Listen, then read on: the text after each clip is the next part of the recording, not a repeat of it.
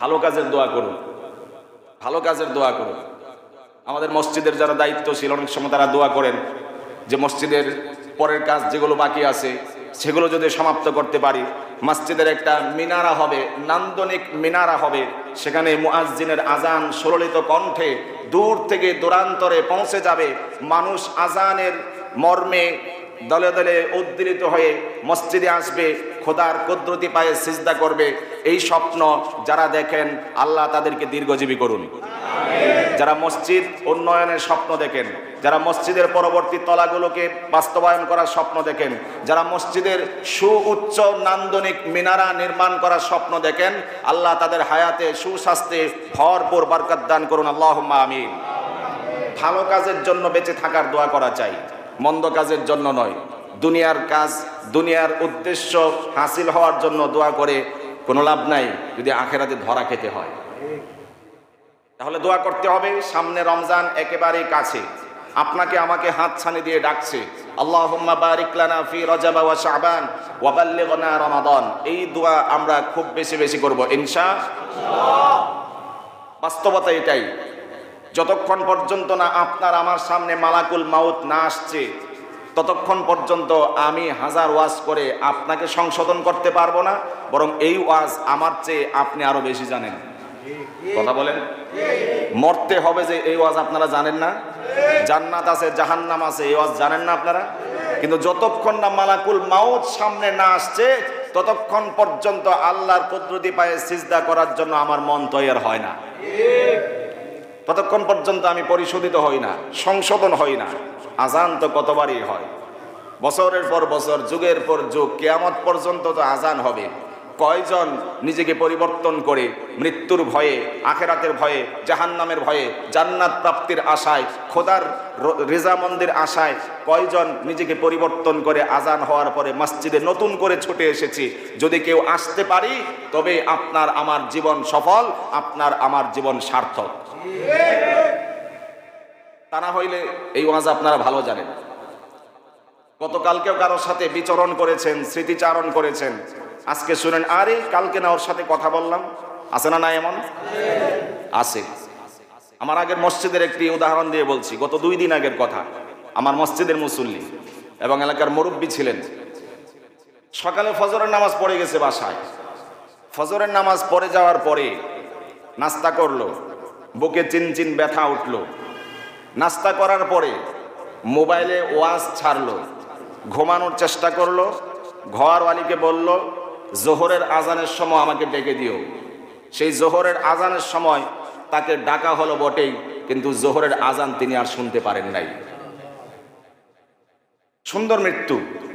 ফজরের নামাজ পড়ে মসজিদে এসছে, নাস্তা করেছে, নাস্তার পরে ওয়াজ, যুবক এখান থেকে মেসেজ নাও, যারা এখন পর্যন্ত বাহিরে ঘোরাফেরা করছো, তোমার যে কোনো সময়, তোমার বাবার আগে, দাদার আগে যে কোনো সময় তোমার মৃত্যুর সংবাদ আসতে পারে। রাস্তা দিয়ে বের হয়েছো হাসতে হাসতে, তুমি গোটা এলাকাবাসীকে কাঁদাতে কাঁদাতে ঘরে ফিরতে পারো। যে কোনো সময় সড়ক দুর্ঘটনায় মারা যেতে পারো। আর বিলাসিতার জীবন নয়, দুনিয়া ত্যাগ করে এখনো সময় আছে, মসজিদে এসে সামিল হয়ে যাও। সময় আছে, মৃত্যু কাউকে বলে কয়ে আসবে না, যে কোনো সময় চলে আসবে। ফজরের নামাজ পড়ার পরে নাস্তা খেয়ে তারও পিপাসা ছিল, তারও ভিতরে ক্ষুধা ছিল। জোহরের আজানের সময় আমাকে ডেকে দিও। জোহরের আজান হয়েছে, পরের দিনও হয়েছে, আজকেও হবে, প্রতিদিন হবে। কিন্তু যিনি জোহরের আজান শুনে নামাজ পড়ার জন্য আগ্রহ পোষণ করেছিলেন, তিনি জোহরের আজান আর শুনতে পারেন নাই। এইভাবে আপনার আমার যে কোনো সময় মৃত্যুর সিগন্যাল, ওয়ার্নিং বেজে উঠবে, আজান শুনতে পাবো না, মসজিদে আসার তৌফিক হবে না। আপনি আমি মসজিদে আসার আগেই আমার আপনার জানাজা সংগঠিত হয়ে যাবে। সেই জানাজা হওয়ার আগে আগে আল্লাহকে সিজদা করি। যেই নামাজে সিজদা নাই, সেই নামাজ হওয়ার আগে আল্লাহর কুদরতি পায়ে সিজদা করে নিজের জীবনের গুনাহ খাতা মাফ করানোর চেষ্টা করি। তওবা ইস্তেগফার করে নতুন পথে যাত্রা শুরু করি, সুন্দর ভবিষ্যৎ গড়ি, আখিরাতকে সুন্দর করি। রাজি আছি ইনশাআল্লাহ? আল্লাহ তৌফিক দিন, বলুন আমিন। এই বাস্তব কথা কোরআন হাদিস বাদ দিয়ে বললাম, এরপরেও যদি বিবেক নাড়া না দেয়, এরপরেও যদি আসর থেকে আমার অন্তরাত্মা পরিশুদ্ধ না হয়, এরপরেও আসরের আজান হওয়ার পরে মসজিদে যদি আসতে না পারি, আমার মতো হতভাগা, কপালপোড়া, দুর্ভাগা আর একজন মুসলমান হতে পারে। এত এক্সাম্পল দেওয়ার পরে এই মৃত্যু মানুষের টনক নাড়িয়ে দেওয়ার কথা, আর কবে মসজিদে আসবো, আজ না কাল, আজ না কাল, এইভাবে বলতে বলতে আজকাল তো আসবে যাবে, ক্যালেন্ডারের পাতা পরিবর্তন হবে, ক্যালেন্ডারের প্রচ্ছদ পরিবর্তন হবে, ক্যালেন্ডারের সিনারি পরিবর্তন হবে, ক্যালেন্ডার পরিবর্তন হবে, সালের পর সাল আসবে, কিন্তু আমি আপনি আল্লাহর ডাকে সাড়া দিয়ে চলে যেতে হবে, এটাই বাস্তবতা। এর আগে নিজেকে শুদ্ধ করুন, এর আগে আসুন নিজেরা পরিশুদ্ধ হই। আসুন আজান হওয়ার পরে নিজের বিবেককে প্রশ্ন করি, এইটাই যদি আমার জীবনের শেষ আজান হয়, পরের আজান যদি শোনার সৌভাগ্য আর না হয়, তাহলে তো আমি কুদরতি পায়ে রবের সিজদা করতে পারলাম না। অতএব হাইয়া আলাস সালাহ এখন বলা হয়েছে, এখনই আমাকে দলবদ্ধভাবে আরেকজনকে নিয়ে মসজিদে ছুটে যেতে হবে, তাহলে আমার জীবন সার্থক। আসুন নিজেকে পরিবর্তন করি, আসুন নিজেকে বদলাই, নতুন করে পথ চলার চেষ্টা করি। যে এখনো সময় যেহেতু আছে, শ্বাস প্রশ্বাস নিঃশ্বাস যেহেতু জারি আছে, চোখের পাতা পাপড়ি যেহেতু এখন পর্যন্ত নাড়াচাড়া করছে, জবান যেহেতু এখন পর্যন্ত সচল আছে, হাত পা অঙ্গ প্রত্যঙ্গ গুলো যেহেতু সচল আছে, মসজিদে আসার যেহেতু আমার এখন পর্যন্ত তৌফিক আছে, আমি সুস্থ সবল ছোটাম আছি, সুতরাং আর অবহেলা নয়, আর উদাসীনতা নয়। আসুন আজ থেকেই রবের কুদরতি পায়ে সিজদা করব, যতদিন বেঁচে থাকবো ইনশাআল্লাহ। আল্লাহ তৌফিক দিন, বলুন আমিন। ভূমিকা স্বরূপ অনেকগুলো কথা বললাম। দুনিয়ার যত মানুষ আছে, মানুষের নিজাম, রীতি নীতি, কৃষ্টি, কালচার, আদত আর অভ্যাস হচ্ছে, কারো কাছে বারবার চাইলে মানুষ খুশি হয় না রাগ করে? একটু বুঝে শুনে উত্তর দেন।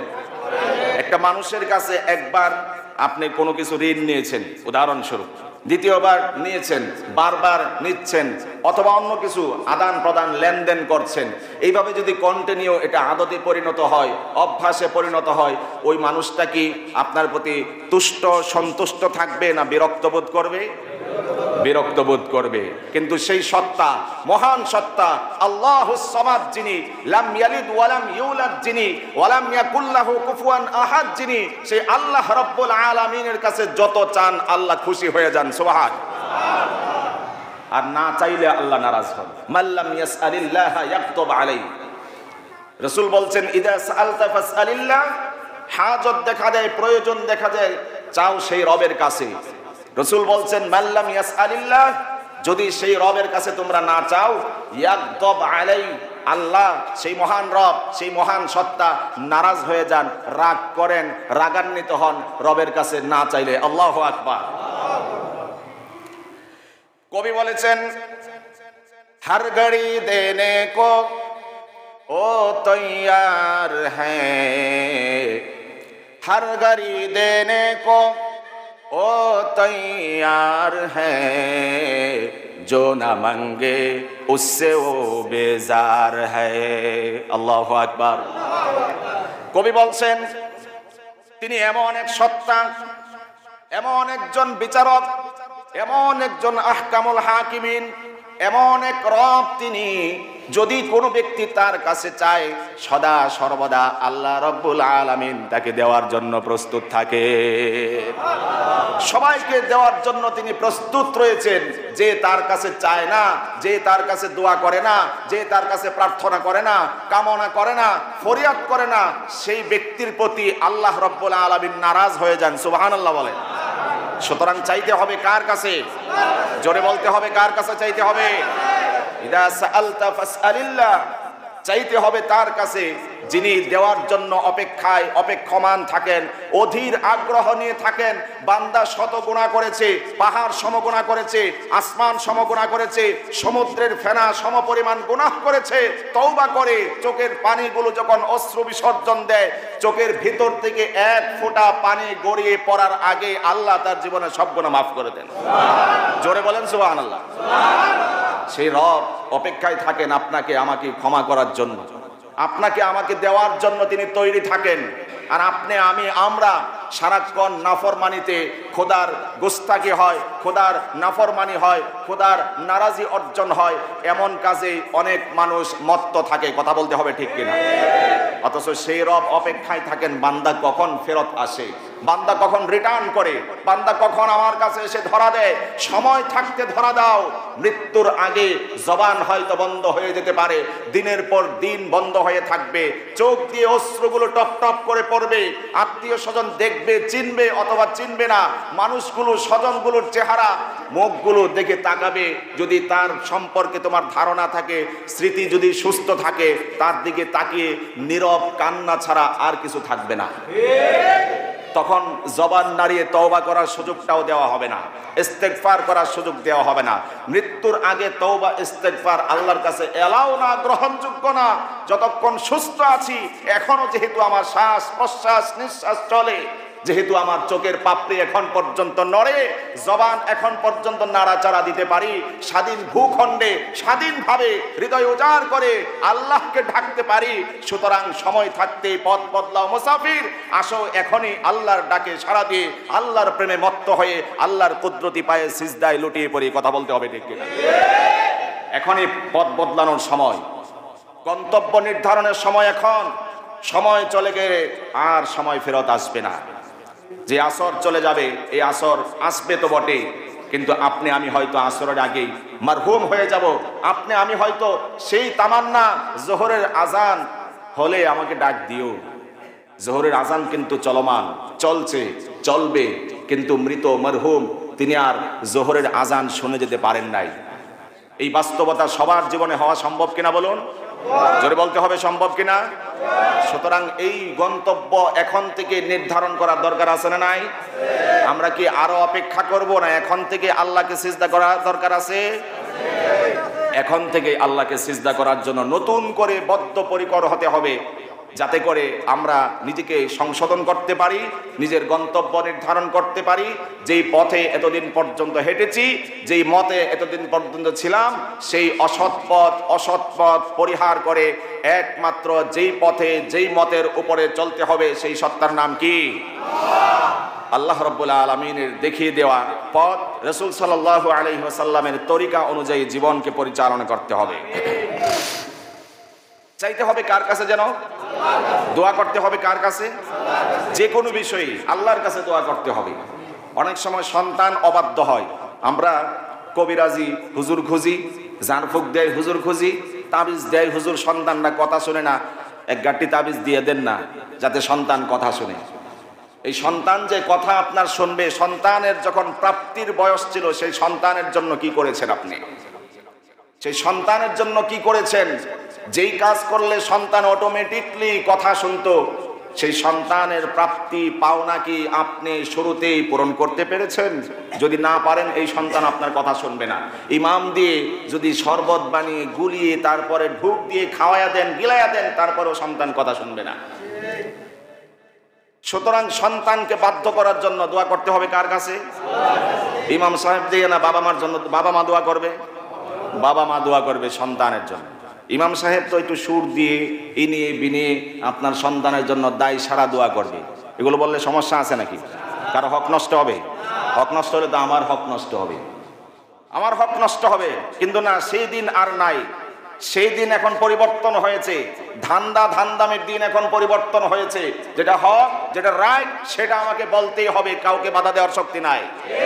যেটা সঠিক সেটা আমাকে উচ্চ কণ্ঠে বলতেই হবে। আপনি আপনার সন্তানের জন্য যতটা কায়মনোবাক্যে দোয়া করতে পারবেন, দুনিয়ার কোনো ইমাম সাহেব পারবে না যদি তার সাথে রিলেশন সুন্দর না হয়। আপনার সন্তান আপনার চোখের সামনে ধ্বংস হচ্ছে, আপনার চোখ দিয়ে অশ্রু প্রবাহিত হবে, অশ্রু বিসর্জন দিয়ে সন্তানের জন্য রবের দরবারে নীরবে, নির্জনে, নিরালায় দোয়া করতে পারবেন। আমাকে দিয়ে দোয়া পড়াইলে কিছু সময় পর্যন্ত দোয়া করে দোয়া শেষ করে চলে আসবো। এটাই তো বাস্তবতা। কথা বলেন? আরে ভয় পাইতেছে, কথা বলেন? গায়ে লাগলে তো আমার লাগবে, আমি তো আমার বিরুদ্ধাচরণ করে কথা বলছি। বাস্তবতা হচ্ছে, বাবা তার সন্তানের জন্য দোয়া করবে হৃদয় উজাড় করে, সেই দোয়ার গভীরতা থাকবে, গহীনতা থাকবে, হৃদয় উচ্চারিত, হৃদয় উজাড় করে, হৃদয় ফেরে, হৃদয় নিংড়িয়ে দোয়া বের হতে থাকবে। ইমাম সাহেবের মুখ দিয়ে সেভাবে দোয়া বের হবে না। যদি সম্পর্ক খারাপ হয় আর কি, ভালো কমপক্ষে না হয়। আর ভালো যদি কারো সম্পর্ক হয়, ওই ইমাম সাহেবের কাছে দোয়া চাইতে হয় না। সেই মহাব্বতের মানুষ, হৃদয়ের মানুষ, আত্মায় যিনি জায়গা করে নিয়েছেন, কলিজায় যিনি জায়গা করে নিয়েছেন, তিনি মৃত্যুবরণ করার পরে বাংলাদেশের যে কোনো প্রান্তরেই হোক একজন সঠিক ইমাম তার জানাজা পড়ার জন্য ছুটে যাবে, এটাই বাস্তবতা। তার জন্য দোয়া চাইতে হয় না, 3 দিনা 4 দিনা 40 বাৎসরিক মাহফিল করতে হয় না। ইমামের সাথে গুড রিলেশন থাকলে এমনিতেই দোয়া করবে। এই দোয়া সবসময় জারি থাকবে, চলমান থাকবে। আর যদি সুসম্পর্ক না থাকে তাহলে কমপক্ষে নিজের সন্তানের জন্য নিজেই দোয়া করা চাই, কায় মনোবাক্যে, হৃদয় উজাড় করে, হৃদয়ের গহীন থেকে সন্তানের জন্য দোয়া করা চাই। অনেকের মনে প্রশ্ন, শুধু বাবার দোষটা বুঝলেন, মার দোষটা বুঝলেন, সন্তানের তো দোষ থাকে। এটা তো বললাম, অনেক সময় বাবা মারও দোষ থাকে। কথা বলেন, বাবা মার দোষ থাকে। বাবা মা যদি অন্যায় করে, বাবা মা যদি জুলুম করে, বাবা মা যদি সন্তানের প্রতি অবিচার করে, তখন বাবা মার সাথে বেয়াদবি করা যাবে নাকি? এটা সমস্যা সমাধানের জন্য, নিরসনের জন্য কার কাছে দোয়া করতে হবে? আল্লাহর কাছে দোয়া করতে হবে। আবু হুরায়রা রাদিয়াল্লাহু তাআলা আনহু, নাম শুনছেন না আপনারা? রাসূল সাল্লাল্লাহু আলাইহি ওয়াসাল্লামের একনিষ্ঠ ঘনিষ্ঠ একজন সাহাবী, তিনি জীবনের বড় একটা সময় নবীর দরবারে পড়ে থাকতেন। নবীর দরবারে পড়ে থাকার কারণে তার মা মুশরিকা, সন্তান ঈমানের দৌলত অর্জন করেছে, কিন্তু মা নিজে মুশরিকা। নবীর দরবারে পড়ে থাকার কারণে সন্তানকে বাসায় যাওয়ার পরে মা বেধড়ক মারধর করত। একদিন এমনটাই হয়েছে, রাসূলের দরবার থেকে আবু হুরায়রার ফিরতে দেরি হয়েছে, রাত হয়েছে। বাড়িতে যাওয়ার পরে মা দরজা খুলে সন্তান আবু হুরায়রাকে বেধড়ক প্রহার করলেন, মারলেন এবং বললেন, হয়তো মুহাম্মদের দরবার ছাড়বি, না হয় আমার বাড়ি ছাড়বি, দুটোর একটি তোর রাস্তা গ্রহণ করতে হবে। দুইটা করার সুযোগ নাই, যে কোনো একটিকে এলাও করতে হবে। আবু হুরায়রা রাদিয়াল্লাহু তাআলা আনহু মায়ের শাসন পাওয়ার পরে, মায়ের মার খাওয়ার পরে কান্না করতে করতে বিশ্ব নবীর দরবারে গিয়ে হাজির হয়ে গেলেন। কান্না অশ্রু সিক্ত হয়ে তিনি নবীজির দরবারে হাজির হলেন। নবীজি জিজ্ঞেস করলেন, আবু হুরায়রা কান্না করছো কি কারণ? আবু হুরায়রা রাদিয়াল্লাহু তাআলা আনহু জবাব দিলেন, ইয়া রাসূলুল্লাহ, ইয়া হাবিবাল্লাহ, মা আমাকে মেরেছে, তার কারণে কান্না করছি। নবীজি বললেন, মা তোমাকে শাসন করেছে, মেরেছে, আমাকে কি বিচার দিতে আসছো নাকি, নালিশ করতে আসছো নাকি?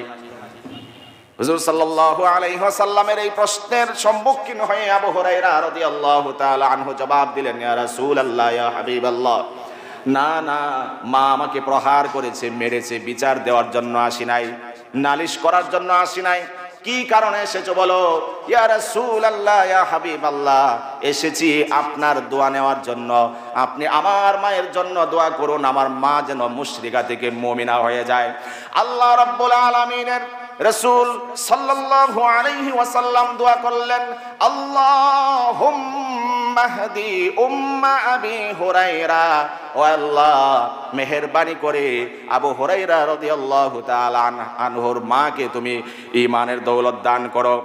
এই কথা শোনার পরে, এই দোয়া শোনার পরে আল্লাহর নবীর সাহাবী আবু হুরায়রা রাদিয়াল্লাহু তাআলা আনহু আর দেরি করলেন না, 1 সেকেন্ড বিরতি দিলেন না, দৌড় দিলেন বাড়ির রাস্তার দিকে। পিছন থেকে সাথীরা তার জামা টেনে ধরলো, আবু হুরায়রা দৌড়দৌড়ি করছো, এত জোরে হাঁটছো কি, তার কারণ বলো। আবু হুরায়রা জবাব দিলেন, ছেড়ে দাও আমাকে, ছেড়ে দাও আমাকে, তোমরা ছেড়ে দাও, আমি দেখতে চাই আমি আগে আমার বাড়িতে পৌঁছতে পারি নাকি আমার নবীর দোয়া আমার বাড়িতে আগে পৌঁছে গিয়েছে। আবু হুরায়রা রাদিয়াল্লাহু তাআলা আনহু দৌড়ে বাড়ি গেলেন, দরজায় নক করলেন। ভিতর থেকে মা দরজা খুলে দিল। মার দিকে তাকিয়ে নয়ন ভরে তিনি দেখতে পেলেন মায়ের চুল থেকে পানিগুলো ঝরঝর করে পড়ছে। মাত্রই মা গোসল সেরেছেন, মুশরিকা থেকে পবিত্র হওয়ার জন্য গোসল সেরেছেন। আল্লাহু আকবার। আবু হুরায়রা রাদিয়াল্লাহু তাআলা আনহুকে দেখার পরে হৃদয়ের যত আকুতি মিনতি ছিল, হৃদয়ে যত দরদ আর প্রেম ভালোবাসা ছিল মায়ের, আবু হুরায়রাকে দেখার পরে সব কিছু শেয়ার করলো। আবু হুরায়রা, আমি ভুল বুঝতে পেরেছি, তোমাকে না বুঝে শাসন করেছি, খারাপ কোনো জায়গাতে তো তুমি যাও নাই, নবীর দরবারে গিয়েছো, ভালো মানুষের কাছে গিয়েছো, আমি না বুঝে তোমাকে প্রহার করেছি, আর দেরি করতে চাই না, আর দেরি করতে চাই না, আমাকে নিয়ে যাও বিশ্ব নবীর দরবারে। বিশ্ব নবীর দরবারে যাওয়ার পরে তিনি তেলাওয়াত করলেন, লা ইলাহা ইল্লাল্লাহু মুহাম্মাদুর রাসূলুল্লাহ সাল্লাল্লাহু আলাইহি ওয়াসাল্লাম। তিনি মুশরিকা থেকে এই কিছুক্ষণ আগেও যিনি মুশরিকা ছিলেন দোয়া করেছেন, আল্লাহ আবু হুরায়রার মাকে তুমি চিরজীবনের জন্য ইসলামের জন্য কবুল করে নাও, হেদায়েত দিয়ে নাও। আল্লাহ রাব্বুল আলামিন মঞ্জুর করে নিয়েছেন দোয়া। সুবহানাল্লাহ বলেন। দোয়ার পাওয়ার আছে না নাই? যে কোনো পাওয়ার সেটি একমাত্র দোয়ার মধ্যে আছে। ঔষধ কাজ করবে না। ওষুধের মধ্যে যদি আল্লাহ প্রভাব প্রতিক্রিয়া না দেন, সেই ওষুধ মানুষকে সুস্থ করতে পারবে? সুস্থতার মালিক কে? জোরে বলেন, মালিক কে? সেই আল্লাহর কাছে চেয়ে মঞ্জুর করতে হবে, আল্লাহর কাছে দরখাস্তকে মঞ্জুর করতে হবে। তারপরে আপনাকে পৃথিবীর কোনো হাসপাতালে যাওয়ার দরকার পড়বে না। আল্লাহর দরবারে যদি আপনি আল্লাহকে খুশি করতে পারেন, রাজি করতে পারেন, নিঃসন্দেহে আল্লাহ দুয়ার বদৌলতে টাকা পয়সা ছাড়াই আপনাকে সুস্থ করে দিবেন। আল্লাহ সেই ক্ষমতা নাই? আগে ছিল, এখন নাই? জোরে বলেন তাহলে। অনেকে মুখ বন্ধ করে কেমনে বসে থাকেন? আল্লাহর নাম নিলে কি গুনাহ আছে নাকি? বাড়ি থেকে রাগ করে আসছেন নাকি অনেকে? আমার চোখ তো সব দিকে নড়াচড়া করে। জবানটা বন্ধ কিভাবে থাকে? আস্তে আর জোরে হবে, এনার্জির বিষয় থাকে। মুরব্বী যিনি আর 16 বছরের যে যুবক নওজোয়ান, যে তার আওয়াজ একরকম নাও হতে পারে, কিন্তু জবানটা বন্ধ থাকে, আল্লাহ উচ্চারণ করতে পারি না, সন্দেহ হয় বাড়ি থেকে রাগ করে আসছি কিনা। নারায়ে তাকবীর, নারায়ে তাকবীর। এখনো অনেকে মন খারাপ। লিল্লাহি তাকবীর। আর জোরে বলেন আল্লাহু আকবার। এবার ঠিক আছে। পিছনে বারান্দার যারা আছেন, লিল্লাহি তাকবীর। বারান্দায় বলছি। যাক, ওয়াজের ময়দান না, এত লম্বা সময় এখানে শেষ করা যাবে না। যে কথা বলছিলাম, যে কোনো জিনিস আপনারা রাগ করেন নাই তো? এই মজা করি যে বাড়ি থেকে রাগ করে আসছেন নাকি? না, বাড়ি থেকে রাগ করে কি আসলে মসজিদে আসতেন না? রাগ করে আমরা খাবার খাই না, রাগ করে মসজিদেও আসতাম না হয়তো বা। এই জন্য মজা করলাম। অনেকে কষ্ট নিয়েন না, বেয়াদবি নিয়েন না, ইনশাআল্লাহ। আচ্ছা, যে কথা বলছিলাম, আবু হুরায়রার মা মুশরিকা থেকে মুমিনা হয়েছেন কিসের বদৌলতে? দোয়ার বদৌলতে। এখন যে কোনো জিনিস আপনাকে আল্লাহর কাছেই বলতে হবে। কেউ যদি ধনী হয়, তার দোয়া আল্লাহ কবুল করবেন, আর গরিব হলে আল্লাহ তার দোয়া কবুল করবেন না, এমন আছে নাকি? না। ইন্নাকা সামিউদ দুআ। ধনী হোক, গরিব হোক, হতদরিদ্র হোক, উচ্চ পদস্থ কেউ হোক, আল্লাহ রাব্বুল আলামিন সার্বক্ষণিক তার দোয়ার সাড়া দেওয়ার জন্য তো প্রস্তুত রয়েছেন। সুবহানাল্লাহ। ইন্নাকা সামিউদ দুআ। ধনী গরিব সকলের দোয়াই আল্লাহ শুনেন। চাওয়ার মতো চাইতে পারি না, কথা বলেন। আমরা যে মোনাজাত করি, মোনাজাতের মধ্যে দেখবেন অনেক কিছু আদবের খেলাবাস। এই যে হাতের আঙ্গুলের ভিতরে ঢুকাইয়া কি চিন্তা করতেছি, মোনাজাত করতেছি, এমন আছে না নাই? নাক খোটাইতেছি, চোখ খোটাইতেছি, জানালার দিকে তাকায় আছি, দোয়া করতেছি, আল্লাহুম্মা আমিন বলতেছি, আছে না নাই? আমি দেখছি আমাদের গ্রামগঞ্জে ইমাম সাহেব যখন দোয়া করেন, মুসল্লিদের কি আবেগ ঘন আল্লাহুম্মা আমিনের আওয়াজ, এটা শহরে আমি পাই না। শহরে এই আওয়াজটা পাই না। হয়তো বা তারা যার যার ব্যক্তিগত কথা আল্লাহর কাছে বলেন, ভিন্ন কথা। কিন্তু গ্রামগঞ্জে দেখছি মানুষের ভিতরে একটি আলাদা আবেগ ঘন বিষয় কাজ করে, উচ্ছ্বাস কাজ করে, আলাদা একটি ফিলিংস কাজ করে। যখন ইমাম দোয়া করে তারা উচ্চকণ্ঠে আল্লাহুম্মা আমিন বলে। শহরে এটা খুব কম দেখা যায়। যে কথা বলতেছিলাম, ধনী গরিব সবার কথাই আল্লাহ তাআলা শুনেন, কথা বলেন। পাকিস্তানের একটা গল্প বলছি। গল্প সত্যতা, যথার্থতা বা অথরিটি আছে কি নাই সেটা বলছি না, আল্লাহু আ'লামু বিস-সাওয়াব। তবে একটি বইয়ের মধ্যে গল্পটি লিপিবদ্ধ করা আছে, দোয়া কবুলের গল্প সমূহ। বাংলা বাজার গেলে পাবেন আপনারা। দোয়া কবুলের গল্প সমূহ, এই বইয়ের একটি গল্প এভাবে উল্লেখ করা হয়েছে। পাকিস্তানের একজন ডাক্তার, ক্যান্সার বিশেষজ্ঞ, নাম তার ডাক্তার সাঈদ। ডাক্তার সাঈদ ক্যান্সারে বিশেষজ্ঞ, এত বেশি পারদর্শী হয়েছেন, এমন অভূতপূর্ণ রেজাল্ট তিনি দেখিয়েছেন, গোটা বিশ্বে তাক লাগিয়েছেন। এবং আন্তর্জাতিক মহল থেকে তাকে অ্যাওয়ার্ড দেওয়ার জন্য ইনভাইট করা হয়েছে, তাকে দাওয়াত করা হয়েছে পুরস্কৃত করার জন্য আন্তর্জাতিকভাবে। সে ক্যান্সারের উপরে ভালো একটি অ্যানালাইসিস করেছে, এবং গ্রহণযোগ্য চিকিৎসা সে আবিষ্কার করেছে। আন্তর্জাতিক মহল থেকে তাকে অ্যাওয়ার্ড দেওয়ার জন্য, পুরস্কৃত করার জন্য ইনভাইট করা হয়েছে। তিনি বিমানের টিকিট কনফার্ম করলেন, এয়ারপোর্ট থেকে যাত্রা শুরু করলেন, বিমান চলল। ঘন্টাখানেক চলার পরে ভিতর থেকে আওয়াজ দেওয়া হলো, সবাই সিট বেল্ট বেঁধে নিন, যে কোনো সময় যে কোনো বিমানবন্দরে আমাদের বিমান অবতরণ করবে যান্ত্রিক ত্রুটির কারণে। সিগন্যাল বাজলো, ওয়ার্নিং দেওয়া হলো। তিনি পেরেশান হলেন, আমাকে নির্দিষ্ট টাইমের ভিতরে পৌঁছতে হবে অ্যাওয়ার্ড গ্রহণ করার জন্য, আন্তর্জাতিক মানের পুরস্কার গ্রহণ করার জন্য। কিন্তু যদি বিমান এমন ত্রুটি দেখা দেয়, যান্ত্রিক ত্রুটি দেখা দেয়, আমি সেখানে পৌঁছতে পারবো না। ল্যান্ড করলো বিমান। ল্যান্ড করার পরে হদিশ না পেয়ে কর্তৃপক্ষ যারা ছিল তাদের দ্বারস্থ হলেন ডাক্তার সাঈদ। কথোপকথনের রেজাল্ট আসলো যে এই বিমান আগামী 16 ঘন্টার ভিতরে এই বিমান আর যাত্রা করতে পারছে না। পরবর্তী ফ্লাইট, পরবর্তী বিমান যাত্রা করবে আরো 16 ঘন্টা পরে। তিনি অস্থির, বেচैन হলেন, হয়রান হলেন। এত অল্প সময়ে, এত লম্বা সময় যদি এখানে কালক্ষেপণ করা হয়, আমি তো কাঙ্ক্ষিত মানের পুরস্কার গ্রহণ করতে পারছি না। তারাই কর্তৃপক্ষ তাকে একটি পরামর্শ দিল যে আপনি সবচেয়ে ভালো হবে এয়ারপোর্ট ছেড়ে চলে যান, বাহিরে প্রাইভেট কার নিয়ে এখান থেকে যাত্রা করুন। যেখানে আপনি যেতে চাচ্ছেন এখান থেকে প্রাইভেট কারে গেলে সর্বোচ্চ 3 থেকে 4 ঘন্টা লাগবে। তিনি তার পরামর্শকে অ্যাকসেপ্ট করলেন। ডাক্তার সাঈদ প্রাইভেট কারে চড়ছেন। কিছু সময় অতিক্রান্ত হওয়ার পরে, অতিক্রম করার পরে এবার প্রচণ্ড ঝঞ্ঝা বায়ু এবং প্রচণ্ড ঝড় তুফানের কবলে পড়লেন তিনি। ড্রাইভার সহ গাড়ি আটকে পড়ল সেখানে। সামনে যাওয়ার আর কোনো উপায়ন্তর ছিল না। এবার ডাক্তার সাঈদ চিন্তা করলেন, পুরস্কারের চেয়ে জীবনের দাম কম না বেশি? বেঁচে থাকলে পুরস্কার আরো পাওয়া যেতে পারে, কিন্তু জীবনই যদি না থাকে পুরস্কার কে দিবে? কথা বলেন। তিনি জীবনের মায়া করলেন। ড্রাইভারকে বললেন, এখানেই সমাপ্ত যাত্রা। পাশে একটি বাড়ি দেখতে পেলেন, জীর্ণ শীর্ণ একটি ঘর। এই ঝড় তুফানের সম্মুখীন হয়ে দরজায় নক করলেন। একজন বৃদ্ধা মহিলা বের হয়ে আসলো। ভিতরে কোনো পুরুষ থাকলে ডাকুন, আমরা মুসাফির সফরে বের হয়েছিলাম, অনিবার্য কারণবশত আমাদেরকে এখানে অবস্থান করতে হচ্ছে। আপনার বাড়িতে আমরা এখানে যাত্রা করতে চাচ্ছি, অবস্থান নিতে চাচ্ছি, পুরুষ থাকলে ডাকুন। বৃদ্ধা মহিলা আওয়াজ দিল, ভিতরে কোনো পুরুষ নাই, আমার স্বামী মারা গিয়েছে আরো অনেক আগে।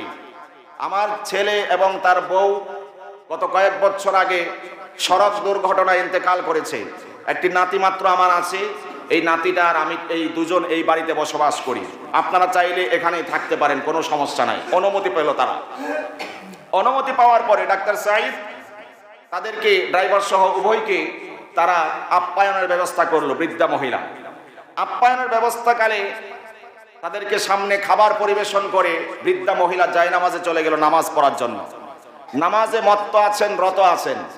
তারা এদিক থেকে খাবার দাবার খাওয়ায় ব্যস্ত আছেন। এমন মুহূর্তে একটি ক্ষীণ কণ্ঠে আওয়াজ ভেসে আসলো। কান্নার আওয়াজ আস্তে আস্তে দীর্ঘায়িত হচ্ছে, আওয়াজ বাড়ছে, বৃদ্ধি পাচ্ছে। এমত অবস্থায় বৃদ্ধা মা চলে আসলো মেহমানদের কাছে, ডাক্তার সাঈদের কাছে। ডাক্তার সাঈদ জিজ্ঞেস করলো, আপনার নাতি কান্না করছে, কি তার কারণ? জবাব দিল, বাবা, আল্লাহ আমাকে জীবনে অনেক পরীক্ষা নিচ্ছেন। এর মধ্যে একটি পরীক্ষা হচ্ছে, আমার স্বামী তো আরো আগেই গত হয়েছে, কবরস্থ হয়েছে। ছেলে ছিল, ছেলের বউ ছিল, তারা সড়ক দুর্ঘটনায় ইন্তেকাল করেছে। নাতিটাকে নিয়ে আমি জীবন যাপন করছি, কিন্তু নাতিটা ক্যান্সারে আক্রান্ত হয়েছে। এলাকার প্রত্যেকটি মানুষ আমার কাছে রিপোর্ট করেছে, পাকিস্তানে নাকি একজন ডাক্তার আছে যার নাম ডাক্তার সাঈদ, ক্যান্সার বিশেষজ্ঞ এবং বিশেষভাবে তিনি পারদর্শী।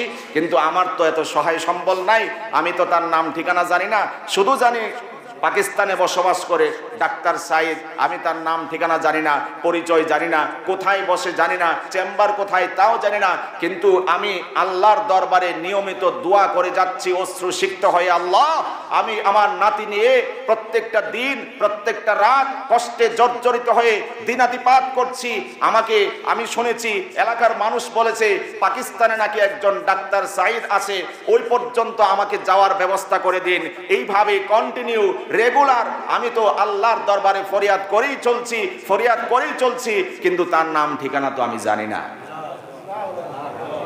এবার আবেগ আপ্লুত হলো ডাক্তার সাঈদ। বুড়িকে প্রশ্ন করলো, মা, আল্লাহর কসম করে বলেন তো, সত্যি কি আপনি ডাক্তার সাঈদের শরণাপন্ন হওয়ার জন্য আল্লাহর দরবারে কায়মন বাক্যে দোয়া করেছেন? বুড়িমা জবাব দিল, আল্লাহর কসম করে বলছি, ডাক্তার সাঈদ ক্যান্সার বিশেষজ্ঞ যিনি, তার সন্ধান পাওয়ার জন্য আমি নিয়মিত কন্টিনিউ আল্লাহর দরবারে দোয়া করেই চলছি, ফরিয়াদ করেই চলছি। আজ পর্যন্ত তার হদিস খুঁজে পাচ্ছি না। আল্লাহু আকবার বলে ডাক্তার সাঈদ চিৎকার করে উঠলেন, আল্লাহর নামে কসম করে বললেন, বুড়িমা আল্লাহর কসম করে বলছি, আমি ডাক্তার সাঈদ, আপনাকে ডাক্তার সাঈদের কাছে যেতে হবে না, আল্লাহ আপনার নাতির ক্যান্সারের চিকিৎসা করার জন্য আপনার ঘরে আমাকে পাঠিয়ে দিয়েছেন। সুবহানাল্লাহ। চাইতে হবে তার কাছে। ইদা সাআলতা ফাসআলিল্লাহ, আল্লাহর কাছে চান। বুড়িমা, গরিব মা, পাকিস্তানের ঠিকানা জানে না, কোথায় ডাক্তারের চেম্বার জানে না, কিন্তু কেন সেই বিমান 1 ঘন্টা যাত্রা করার পরে নষ্ট হয়ে গেল, যান্ত্রিক ত্রুটি দেখা দিল, কেন সেই প্রাইভেট কার কিছু দূর যাওয়ার পরে ঝড় তুফানের সম্মুখীন হলো, কেন ডাক্তার সাঈদ এবং তার ড্রাইভার অন্য কোনো বাড়িতে আশ্রয় কামনা না করে বুড়িমার ঘরে আশ্রয় কামনা করলেন। আল্লাহু আকবার। এর চেয়ে বড় অ্যাওয়ার্ড, এর চেয়ে বড় পুরস্কার ডাক্তার সাঈদের জীবনে আর কি হতে পারে? শ্রেষ্ঠ পুরস্কার জীবনের আমার জন্য, আমার মোলাকাতের জন্য, ক্যান্সার রোগীকে দেখানোর জন্য 1 মাস দীর্ঘদিন পর্যন্ত আল্লাহর দরবারে ফরিয়াদ করে আসছে, কায়মন বাক্যে দোয়া করে আসছে। সেই আল্লাহ আমাকে তার বাড়িতে নিয়ে আসছেন। এর চেয়ে শ্রেষ্ঠ পুরস্কার আমার জীবনে, ডাক্তার সাঈদের জীবনে আর কিছু হতে পারে? এই জন্য যে কোনো সমস্যায় সম্মুখীন হয়ে, যে কোনো দুঃখ দুর্দশায় জর্জরিত হয়ে এদিক সেদিক ছুটোছুটি না করে, মাখলুক বা আসবাবের পিছনে না দৌড়িয়ে এক আল্লাহর কাছে কায়মন বাক্যে, নীরবে, নিরালায়, নির্জনে কায়মন বাক্যে ফরিয়াদ করুন। আল্লাহ অবশ্যই অবশ্যই অবশ্যই ইনশাআল্লাহ যত সমস্যায় আক্রান্ত হন, আল্লাহ সেই সমস্যা দূর করে দেওয়ার শক্তি আছে না নাই? সুতরাং চাইতে হবে আল্লাহর কাছে। আমরা যেই দোয়ার উপরে ধারাবাহিক গত জুমা থেকে আলোচনা শুরু করেছি, আজকেও চলছে, আগামী জুমাতেও ইনশাআল্লাহ আল্লাহ হায়াত সুস্থতা রাখলে থাকলে ইনশাআল্লাহ আবারও এই আল্লাহুম্মা বারিক লানা ফি রজব ওয়া শাবান ওয়া বাল্লিগনা রমাদান, এই দোয়ার মর্মে, এই দোয়া অবলম্বনে, অর্থাৎ চাইতেই হবে আল্লাহর কাছে যে কোনো সমস্যায় জর্জরিত হয়ে এই বিষয়ের উপরে ধারাবাহিক আলোচনা চলবে। আল্লাহ আমাদের রিজিকে ওয়াসাআত দান করুন, আল্লাহ আমাদেরকে সুস্বাস্থ্যের অধিকারী করুন, আল্লাহ আমাদের হায়াতে বরকত দান করুন, আল্লাহ আমাদের রমজান পর্যন্ত পৌঁছার তৌফিক দান করুন। আল্লাহ রাব্বুল আলামিন রমজানের সব রোজা সহি সালিম ভাবে রাখার তৌফিক দিন। আল্লাহ রাব্বুল আলামিন তারাবির নামাজ সহ রমজানের সমস্ত ইবাদতগুলো সুস্থ শরীর নিয়ে সবাইকে আমল করার তৌফিক দিন। আমিন। ওয়া আখিরু দাওয়ানা আলহামদুলিল্লাহি রাব্বিল আলামিন। 1 মিনিট।